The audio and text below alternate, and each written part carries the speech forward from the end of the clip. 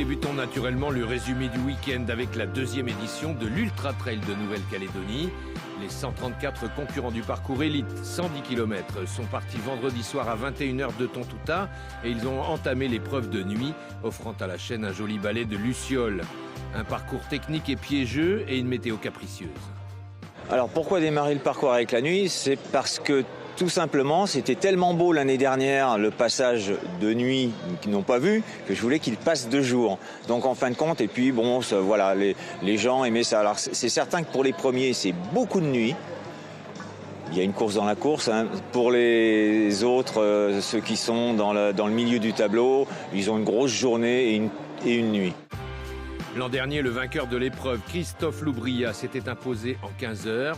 Le record a été pulvérisé par un Français installé en Nouvelle-Zélande, Martin Kern.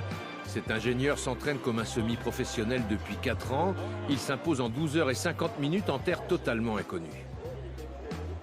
J'ai été plutôt surpris par la technicité du terrain. Je pensais que ça allait être très roulant parce que sentier minier, donc accès véhicule donc 4x4 ou de mine.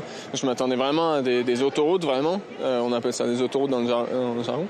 Mais au final, non. C'était très technique. 34 minutes après le TGV Kern, Ludovic Lanceleur boucle à son tour un parcours compliqué par cette première partie nocturne et des petits soucis intestinaux. Le meilleur Calédonien de la discipline a souffert jusqu'au petit matin avant de prendre du plaisir après le lever du jour. Content d'être là. Difficile la nuit, hein. Je ne suis pas habitué à courir la nuit, c'est pas naturel. Et j'ai vraiment mis du temps à m'adapter. J'ai vécu un peu les 40 premiers kilomètres difficilement. J'ai vraiment été un petit peu en difficulté. Après, ça a été, je me suis habitué. Et puis après, quand le soleil s'est levé aux alentours des 6h, bon, ça faisait déjà 9h qu'on courait. mais je commençais, voilà, c'était déjà cool, quoi. Angélique Plaire, première féminine et 6e au scratch en 15h48. Du plaisir aussi sur les autres parcours de 55, 13 ou 7 km.